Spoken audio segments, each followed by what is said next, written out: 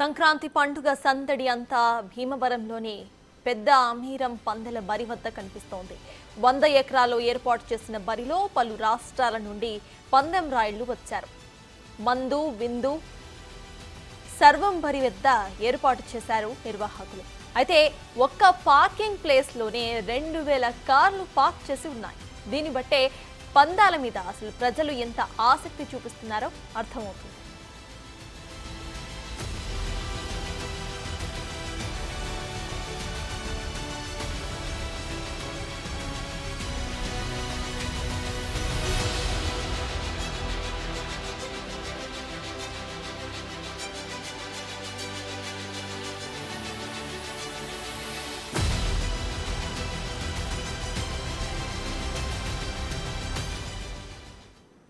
వాటికి ఇదే అంశంపై పూర్తి డీటెయిల్స్ మా ప్రతినిధి సాగర్ అందిస్తారు. సాగర్, చెప్పండి, అక్కడ అసలు పార్కింగ్ లాట్ లో ఎన్ని కార్స్ ఉన్నాయో క్లియర్ గా కనిపిస్తోంది. అసలు ఎంతమంది జనం అక్కడికి హాజరయ్యారు? అప్డేట్స్ ఏంటి?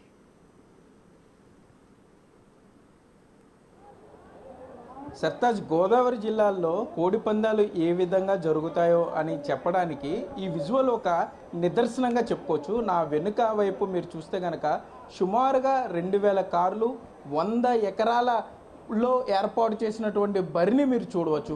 వచ్చే కార్లు వస్తూనే ఉన్నాయి, వెళ్ళే వాళ్ళు వెళ్తూనే ఉన్నారు, కుటుంబాలతో వస్తున్నారు. గోదావరి జిల్లాల్లో పందాల జాతర ఏ విధంగా ఉంటుందో మనం ఒకసారి చూడొచ్చు. ప్రతి ఏడాది ఏ ఏడాదికి ఆ ఏడాది చూడటానికి వచ్చేవాళ్ళు, పందాలు కాయటానికి వచ్చేవాళ్ళ సంఖ్య గణనీయంగా పెరుగుతుందనే చెప్పుకోవచ్చు. ఏదో ఒక జాతర జరుగుతున్నట్లుగా ఇంటిల్లిపాది కుటుంబ సభ్యులతో కలిసి పందాలు చూడడానికి వస్తున్నారంటే పందాల మీద ఇక్కడ ప్రజలకున్న ఆసక్తి చూడవచ్చు. పండుగ రోజు ఇంటిల్లిపాది ఇంటికొచ్చిన బంధువులను కూడా వారికి కూడా భోజనం చేసిన తర్వాత వారిని కూడా తీసుకుని మా దగ్గరలో ఉన్న కోడి పందాలు చూడడానికి వెళ్దాం రండి అంటూ కూడా ఏదో ఒక సినిమాకి వెళ్ళినట్టో ఒక పార్క్కి వెళ్ళినట్టో ఈ కోడి పందాలు చూడడానికి వస్తున్నారు. ఈ కోడి పందాల బరి వద్ద విఐపీలు వివిఐపీలకి వారిని ట్రీట్ చేయడానికి సుమారుగా 10 నుండి 15 కార్వాన్లు కూడా సిద్ధం చేశారు ఇక్కడ నిర్వాహకులు. మీరు చూస్తే ఫుడ్ స్టాల్స్ చూపించే ప్రయత్నం చేస్తున్నాను మీకు. ఒక తిరునాళ్ళలోనో ఒక జాతరలోనో లేదా ఒక ఈవెంట్ స్టాల్స్ పెడతారు. ఇక్కడ దొరకందంటూ లేదు.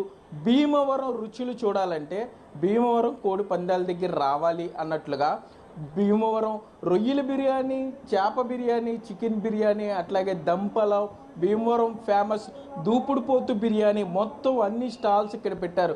ఒక్కటే ఉండి ఈవెన్ ఐస్ క్రీమ్ దగ్గర నుండి కిల్లీ వరకు కూడా fruit juice, cool drink stalls, అన్ని రకాల స్టాల్స్ ఏర్పాటు చేశారు. అంటే ఒకవేళ నిర్వాహకులు ఇక్కడ ఒక్కసారి మీరు పందెం బరిలోకి ఎంటర్ అయిన తర్వాత ఈ 100 ఎకరాల కాంపౌండ్లోకి ఎంటర్ అయిన తర్వాత తిరిగి మళ్ళీ వెళ్ళాలంటే మీకు తీసుకునే సమయమే సుమారుగా సాయంత్రం అయిపోతుంది. ఉదయం మీరు కుటుంబ సభ్యులతో వస్తే ఈ ఒక్కొక్క స్టాల్ తిరుగుతూ ఏదో ఒక ఎగ్జిబిషన్కి వచ్చినట్లుగా ఇక్కడ మొత్తం అంతా ఇంటిల్లిపాది కొంత ఎంజాయ్ చేస్తున్నారు అనుకోవచ్చు. మరికొంతమంది ట్రెడిషనల్ డ్రెస్సుల్లో కూడా వస్తున్నారు. సరదాగా కోడి పందాలు చూడడానికి చూసి వెళ్తామంటూ కూడా మనతో చెప్తున్నారు. మీరు చూస్తే ఇప్పుడు ఇందాక ఫుడ్ స్టాల్ చూశారు, ఇప్పుడు ఇదంతా కూడా గుండాట. చూడండి, సుమారుగా 10 గుండాట శిబిరాలు ఇక్కడ ఉన్నాయి.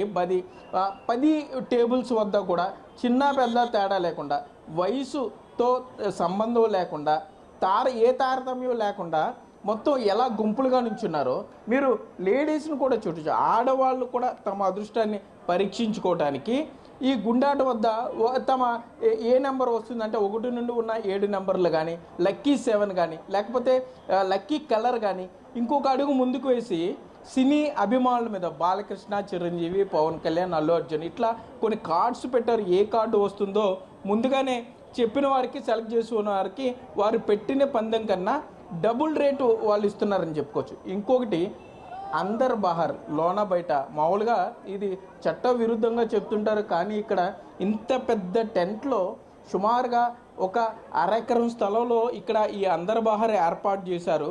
అందరూ కూడా లోపలికి వెళ్తున్నారు, వస్తున్నారు, కార్డ్స్ గేమ్ ఆడుతున్నారు.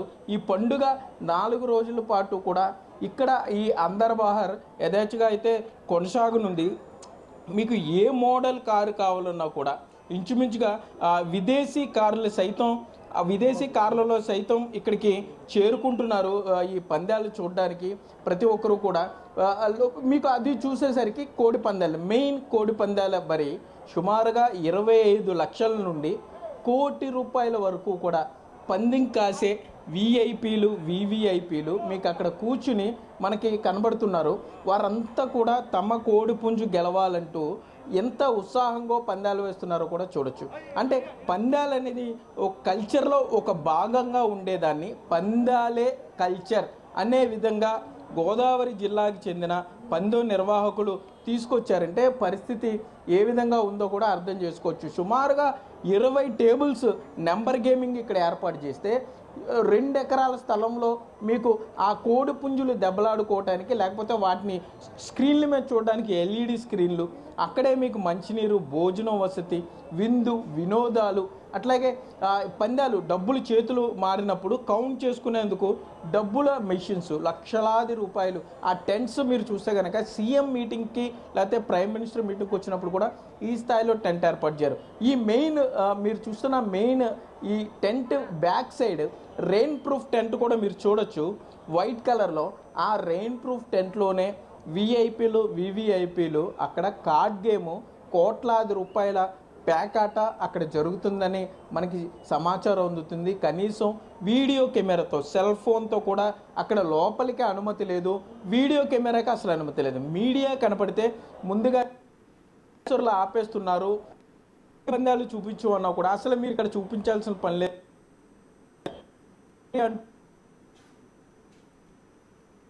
ఈ స్థాయిలో పందాలను అడ్డుకోవాలంటే పోలీసు సిబ్బంది కానీ, పోలీస్ ఫోర్స్ కానీ ఏ స్థాయిలో పోలీసు సిబ్బంది కానీ, పోలీస్ ఫోర్స్ కానీ ఏ స్థాయిలో కావాలో మీరు కూడా ఒకసారి అర్థం చేసుకోవచ్చు. మొత్తం అంతా కూడా స్నేహితులు వస్తున్నారు, లేకపోతే పాత చిన్ననాటి మిత్రులతో కలిసి వస్తున్నారు, భార్యాభర్తలు, ఇంటిల్లిపాది కుటుంబం మొత్తం భీమవరం వెళ్ళాలి, కోడి పందాలు చూడాలి అనేది ఒక ట్రెండ్లా మారిపోయిందని చెప్పుకోవచ్చు. ఇక్కడికి వచ్చిన తర్వాత వారి ఫోన్లో ఈ విజువల్స్ తీసుకోవడం, స్టేటస్ పెట్టుకోవడం, సోషల్ మీడియాలో చాలా గొప్పగా దీన్ని ప్రచారం చేసుకోవడంతో ఒకరిని చూసి మరొకరు అట్లా మొత్తం ఇక్కడ వేలాది మంది ప్రజలు రావడానికి కారణమైందని చెప్పుకోవచ్చు. కోవిడ్ 2 ఏళ్ళు కూడా కొంత ఇది కంట్రోల్లో ఉన్నా మరలా దానికి తగ్గట్టుగా ఎంత కంట్రోల్లో ఉందో దానికి రెట్టింపు స్థాయిలో పందెం రాయులు ఈ ఏడాదికి పందానికి సిద్ధమయ్యారు. కోట్లాది రూపాయలు చేతులు మారుతున్నాయి. పగలు రాత్రి తేడా లేకుండా కోడి పందాలు ఎలా నిర్వహిస్తున్నారో కూడా బిగ్ టీవీలో మనం ఎక్స్క్లూజివ్గా చూపించాం. ఇవన్నీ కోడి పందాలు పక్కన పెడితే సామాన్యుల జేబులు గుళ్ళ చేయటానికి ఏ విధంగా ఇక్కడ నిర్వాహకులు సిద్ధమయ్యారో, ఏ విధంగా లోన బయట లేకపోతే ఈ గుండాట, పేకాట, ఇటువంటి ఆటలతో, జూద క్రీడలతో పండుగ 4 రోజుల పాటు కూడా సంతోషంగా ఉందామనుకున్న వారి డబ్బులను, జేబులను నిర్వాహకులు ఒక్కసారిగా లాగేస్తున్నారనే చెప్పుకోవచ్చు. ఒకరి తర్వాత ఒకరు, అంటే ఓడిపోయినా కూడా కనీసం ఆ బాధ కూడా వారికి తెలియనట్లుగా, ఎంత ఓడిపోయారో ఇంటికి వెళ్ళి లెక్క పెట్టుకుంటేనే తెలిసేలాగా, కనీసం డబ్బు ఓడిపోతున్నాము అన్న ఆనందం కూడా, బాధ కూడా, డబ్బు ఓడిపోతున్నాం అన్న బాధ కూడా లేకుండా ఒక మూస పద్ధతిలో, అంటే ఎంకరేజింగ్గా ఇది జరిగిపోతుందని ఒక ఎంటర్టైన్మెంట్గా దీన్ని ఫీల్ అవుతున్నారని చెప్పుకోవచ్చు. మొత్తం ఇక్కడ చూస్తే కనుక భీమవరానికి సంబంధించి ఇతర రాష్ట్రాల నుండి కూడా ప్రజలు ఇక్కడికి వస్తున్నారు. కర్ణాటక, తమిళనాడు, ఒరిస్సా, ఛత్తీస్గఢ్, అట్లాగే గోవా నుండి ప్రత్యేకంగా తీసుకొచ్చినట్టు క్యాసినోలు ఇక్కడ ఏర్పాటు చేశారు. అంతా కూడా ఓపెన్ సీక్రెట్, మొత్తం అంతా బయటికి కనపడుతున్నా కూడా అంతా గప్చూపు. అధికారులు ఎవరు ఇటు చూసే ప్రయత్నం చేయటం లేదు, అడ్డుకునే ప్రయత్నం కూడా చేయట్లేదు. ప్రభుత్వం నుండి వచ్చిన అనధికార ఆదేశాల, లేకపోతే ఇక్కడ అధికారులు ఇచ్చినటువంటి అనధికార ఆదేశాల కానీ ఇంచుమించుగా 2-3 వేల కార్ల పార్కింగు, 100 ఎకరాల బరి, చిన్న బరులను ధ్వంసం చేశారు. మీడియాలో చాలా హల్చల్ చేశారు పోలీసులు. బరులను ధ్వంసం చేస్తున్నాం, కోడి పందాలకు అనుమతి లేదు, కోడి పందాలు నిర్వహిస్తే చట్ట ప్రకారం కఠిన చర్యలు తీసుకుంటాం అంటూ ఫ్లెక్సీలు కట్టారు. అట్లాగే స్థల యజమానులకు కూడా నోటీసులు ఇచ్చారు. కానీ పండుగ 3 రోజుల పాటు గోదావరి జిల్లా పందెం రాయల పంతం నెగ్గించుకుంటారు. రాజకీయ ఒత్తిళ్లే కానీ ప్రభుత్వ పెద్దల మీద కూడా ఏ స్థాయిలో ఒత్తిడి చేస్తారనేది ఇక్కడ ఉన్న పరిస్థితి చూస్తే మనకు అర్థమవుతుంది. సర్తాజ్, అయితే Sagar at the same time అక్కడ సెక్యూరిటీ వైజ్ ఎలా ఉంది అసలు, అండ్ అక్కడ ఎవరైతే ఏర్పాట్లు చేశారో వాళ్ళు ఏమంటున్నారు, వచ్చిన జనాలు ఏం మాట్లాడుతున్నారు?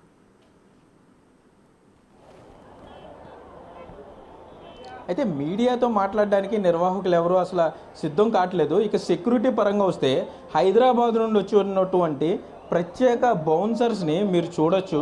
మీడియాని నాట్ అలౌడ్, మీడియా లోపలికి వెళ్ళే అనుమతి లేదు. ఈ హైదరాబాద్ తెలంగాణ రాష్ట్రం నుండి ప్రత్యేకంగా సుశిక్షితులైన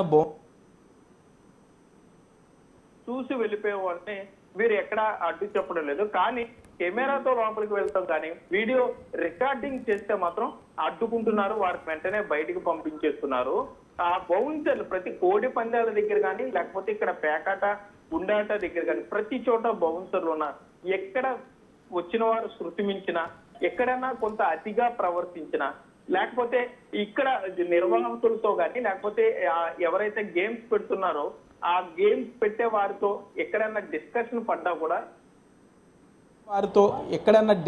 పడ్డా కూడా వెంటనే 4-5 బౌన్సర్స్ మనల్ని చుట్టుముడతారు. అక్కడ ఆ ప్రాంగణం నుండి బయటికి పంపించేసే ఏర్పాట్లు జరుగుతాయి. అసలు మీరు ఇక్కడ సర్తాజ్ మీరు చూస్తే ఒక జాతర, ఒక తిరణాలు లేకపోతే ఒక ఎగ్జిబిషన్ను తలదన్నేలాగా ఇక్కడ ఉందనే చెప్పుకోవచ్చు. ఒక ఎగ్జిబిషన్కి ఇంటిల్లి పాది వీకెండ్లో ఎలా వెళ్తారో అట్లా కోడి పందాలు చూడడానికి కూడా చిన్న పెద్ద తారతమ్యం లేకుండా మొత్తం ఫ్యామిలీ మెంబర్స్ అంతా ఇక్కడికి వచ్చి సరదాగా చూస్తున్నారు. ఒకవేళ డబ్బులు పందెం కట్టే అవకాశం ఉంటే డబ్బులు జూదంలో పెడుతున్నారు. గెలిస్తే వారు ఆనందంగా ఉంటున్నారు. వెంటనే డబ్బులు వచ్చినాయి కాబట్టి మరలా గెలుస్తామనే నమ్మకంతో మరలా దాంట్లో డబ్బులు పూర్తి టేబుల్ ఇక్కడ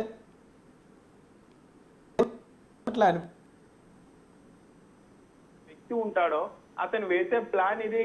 వాళ్ళ మధ్యలే ఈ గుండాట్లో 4-5 మనతో ప్రజల్లో కలిసిపోయి ఉంటారు. సరదాగా వచ్చిన వారితో వారు డబ్బులు వేసి పూర్తిగా వారి జేబులో డబ్బులు అయిపోయేదాకా కూడా మనల్ని వారు చీర్ చేస్తారు. డబ్బులు వస్తే పెట్టండి అని చెప్తారు. మనకి తెలియకుండానే మనం వారి మాయలోకి వెళ్ళిపోతాం, ఆ నెంబర్ గేమ్లోకి వెళ్ళిపోతాం. సో మన డబ్బు తర్వాత మాత్రమే మనకు అర్థమవుతుంది పూర్తి స్థాయిలో చిల్లులు పడిన తర్వాత మాత్రమే మనకు అర్థమవుతుంది పూర్తి స్థాయిలో డబ్బులు కోల్పోయామని. ఇక్కడ ఇంకొక కొత్త విషయం మనకి అందిన సమాచారం ఏంటంటే డబ్బులు ఇక్కడ ప్రజెంట్ ఇప్పుడున్న సిచ్యువేషన్లో ఇస్తున్నారు. వారి ద్వారా అంటే ఇక్కడ స్టేట్లు ఇక్కడ పెట్టుబడిదారులు కూడా ఇక్కడ చేరుకున్నారు. మీరు చూస్తే యువత చూడండి ఎంత సాంప్రదాయ వస్త్రధారణతో ఎంత సరదాగా వాళ్ళు వస్తున్నారంటే, ఒక ఇంట్లో ఫంక్షన్ జరిగినప్పుడు, కాలేజ్ ఈవెంట్ జరిగినప్పుడు ఈ విధంగా సరదాగా వస్తుంటారు.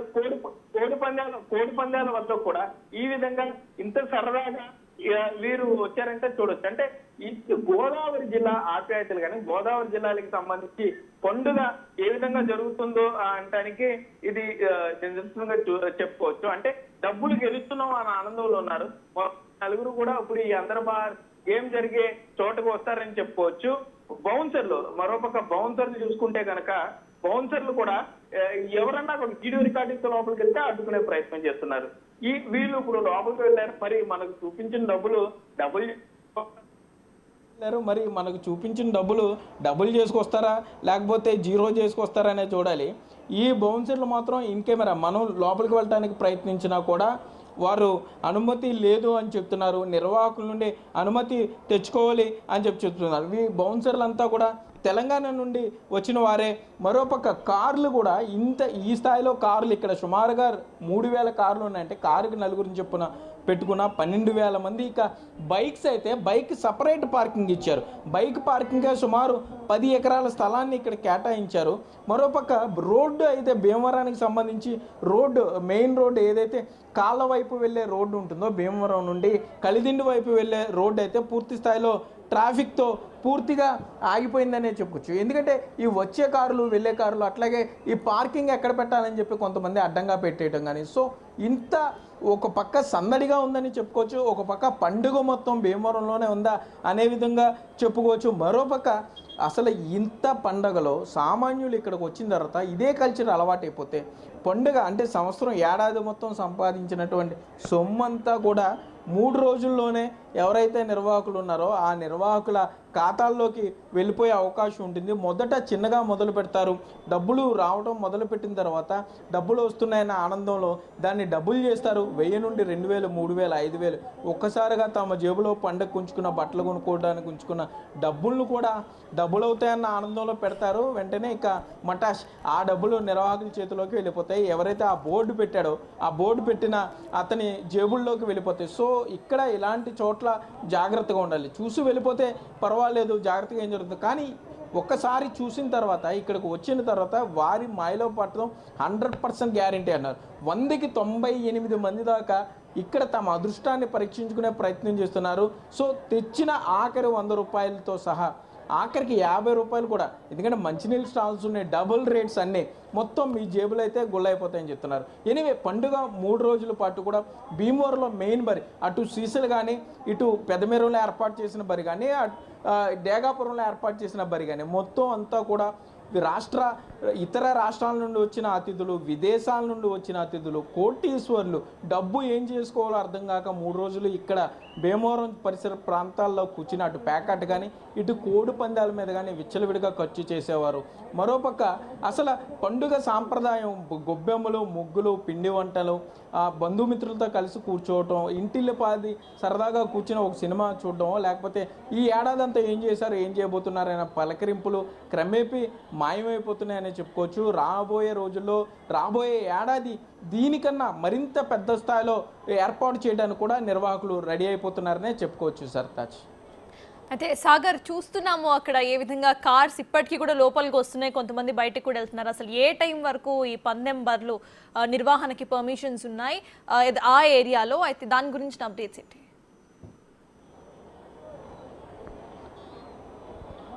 అయితే ఉమ్మడి పశ్చిమ గోదావరి జిల్లా వ్యాప్తంగా చిన్న స్థాయిలో ఏర్పాటు చేసుకున్నవారు మధ్యస్థ స్థాయి వారిని పోలీసులు టైమింగ్స్ పెట్టారని మనకు చెప్తున్నారు. అంటే నిర్వాహకులు ఉదయం 10 గంటల నుండి సాయంత్రం 5 గంటల లోపు, చీకటి పడేలోపు ఆ బరి క్లోజ్ చేశారు.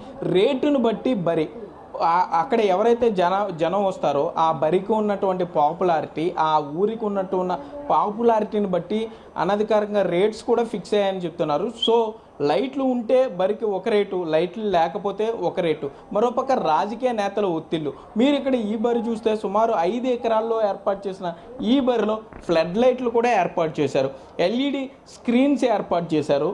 వచ్చేవారు వెళ్ళేవారితో బరి సందడిగా ఉంది. మీకు కనపడుతున్న దాంట్లో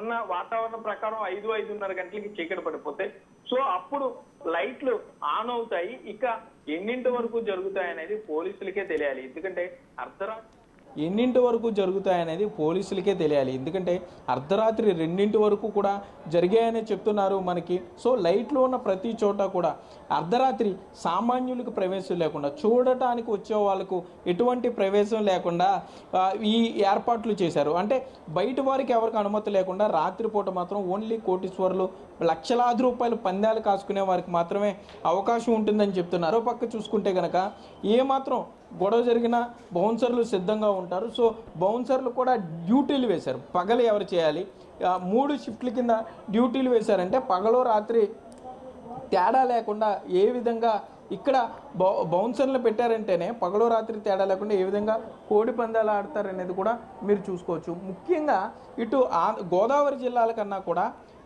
తెలంగాణ రాష్ట్రం నుండి, తెలంగాణ సరిహద్దుగా ఉన్న ఈ గ్రామాల నుండి ఎక్కువగా ప్రజలు వచ్చి సాఫ్ట్వేర్ ఎంప్లాయీస్ ఇక్కడ నుండి గోదావరి జిల్లాల నుండి హైదరాబాద్, బెంగళూరు, కర్ణాటక, తమిళనాడు వెళ్ళి అక్కడ ఉద్యోగాలు చేస్తూ వీరు మరలా వాళ్ళకి పండక్కి మా ఇంటికి రండి, మా జిల్లాలో కోడి పందాలు బాగా జరుగుతాయి, పండుగ 3 రోజులు చాలా ఆహ్లాదంగా ఉంటుంది, లేకపోతే రకరకాల గేమ్స్ జరుగుతాయి, పోలీసులు ఏమనరు, అంతా ఇల్లీగల్ అని మీరు చెప్పేవి, వినేవి, చూసేవి అంతా కూడా లీగల్ అని చెప్పడంతో ముఖ్యంగా ఈ సాఫ్ట్వేర్ ఎంప్లాయీస్ కానీ లేకపోతే అక్కడ బడా కాంట్రాక్టర్లు, ఇతర రాష్ట్రానికి సంబంధించిన రాజకీయ పెద్దలు లేకుండా వారంతా కూడా ఇక్కడికి అంటే ఇక్కడ అంతా లీగల్ అన్న యాంగిల్లో వాళ్ళకి చెప్తున్నారు కాబట్టి దీన్ని ఒక సరదాగా లేకపోతే దీన్ని ఒక గొప్పగా చెప్పుకుంటున్నారు కాబట్టి ఇంతమంది జనం ఇప్పుడు మనం ఉన్న ప్రాంగణంలోనే సుమారుగా 25,000 మంది దాకా జనం ఉంటారు. చిన్న పెద్ద తేడా లేకుండా 3,000 కార్లు, సుమారుగా 10,000 బైక్స్ ఉంటాయి. అది కాకుండా ఇక్కడ పార్కింగ్ లోపల సరిపోకపోవడంతో మరలా లోపల వచ్చి దింపేసి మరలా బయటికి వెళ్ళిపోయే కానీ లేకపోతే ఫ్యామిలీ కూడా అసలు కోడి పందాలు ఎలా జరుగుతాయో చూద్దామని వచ్చి గుండాట్లో పూర్తిగా డబ్బులు పోగొట్టుకోవడం కానీ ఇలా ఒకటి కాదు. ఇక్కడ నిర్వాహకులు మొత్తం ఈ సామాన్యుల జేబులు గుల్ల చేసి సామాన్యులు అదృష్టం పరీక్షించుకోవడానికి వచ్చి డబ్బులు పోగొట్టుకుంటే డబ్బున్న వారు సరదా కోసం 1,000 రూపాయలు, 1,00,000 రూపాయల దాకా పందెం తీసుకువెళ్ళి తమ అంటే ఆనందం కోసం ఆ కోడి పుంజులు దెబ్బలాడుకుంటుంటే ఏ పుంజు గెలుస్తుంది లేకపోతే పలానా పనుకోకుండా ఇక్కడే ఆ ఫుడ్ సౌకర్యం కూడా కల్పించడం, ఇక్కడే భోజనాలు, ఇక్కడే కూల్ డ్రింక్, మద్యం అయితే ఏరులై పారుతుందనే చెప్పుకోవచ్చు. ఎక్సైజ్ అధికారులు అసలు గప్చుప్గా ఉన్నారనే చెప్పుకోవచ్చు. సాధారణంగా 3 బాటిల్స్ కన్నా ఎక్కువ ఫ్రెండ్స్ ఇంట్లో పార్టీ ఉన్న మనం తీసుకెళ్తుంటే వెంటనే ఎక్సైజ్ అధికారులు ఆ లిక్కర్ కేసు పెడుతుంటారు. కానీ ఈ పండుగ 3 రోజులు అవకాశం ఉంటే ప్రభుత్వం అనుమతిస్తే 4 రోజులు కూడా ఎన్ని లీటర్ల లిక్కర్ కన్జ్యూమ్ చేస్తున్నారో మద్యపాన ప్రియులైతే ఒక పక్క పందాలు, మరో పక్క మద్యం. పందెం చూస్తూనే మద్యాన్ని సేవించడం, మరో పక్క పందాలు చూస్తూనే రకరకాల కార్యక్రమాలు. మరలా పందాలు బోరు కొడితే పక్కనే ఏర్పాటు చేసినటువంటి పేకాట శిబిరానికి వెళ్ళి మరలా అక్కడ పేకాట ఆడుతూ కూడా మద్యం సేవిస్తూ ఉంటారు. సో ఒక క్లబ్ ని తలపించేలాగా గోవాలో ఏ విధంగా కసినోలు ఉంటాయో వాటికన్నా కూడా వాటిని మించి